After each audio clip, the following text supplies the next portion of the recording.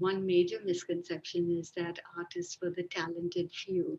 And therefore, even how we offer it in more of the affluent schools than our government schools, it tends to be offered as, elective for some children versus a necessity for all children. So, and that's partly because it's like, well, Roshni, the student, has talent in art, and so she would join art. But Nisha does not necessarily have talent in art, and so she should be doing something else.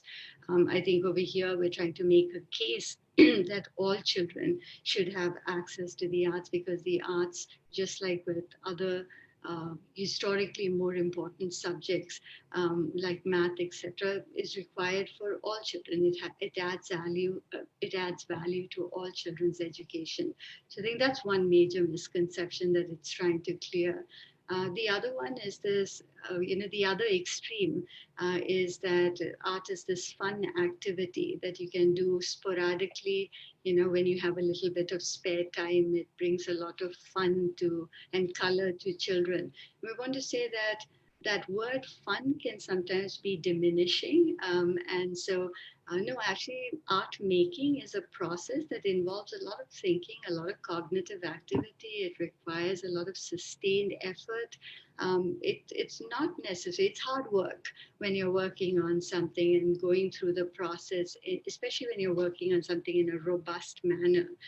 So it's also trying to kind of break away from that narrative as well, that it's fun and it can be just introduced periodically to break the monotony of the curriculum. I want to kind of say that no, it has a lot of value beyond that. Another misconception, I might say, and I think Geeta touched upon it, is that art is something that you do again solely when you want to elevate another subject. And so, I want to make my science curriculum a little bit more kind of fun. And so I'll bring in some art component. Arts integration is a valid, area and domain, but arts integration can be done also in a much more robust manner, where the arts are central and it's not merely the art being illustrative for other subjects, but where the arts bring its own value and it holds, its own value.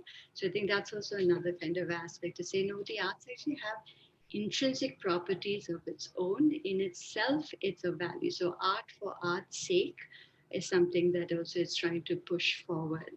And the last one that I can think of right now is the misconception that art doesn't require any kind of pedagogy per se, so that you don't have to really know how to teach it. You can just bring a bunch of colors to a space and allow children to do whatever, and you don't really need qualifications, etc., to be able to kind of undertake that effort. And to say no, there's a lot of real kind of nuanced pedagogy also embedded in bringing the arts into schools, etc. And so it tries to kind of shed light on what can the teacher also be doing? What does an art educator really have to understand in order for deep learning to occur within the classroom?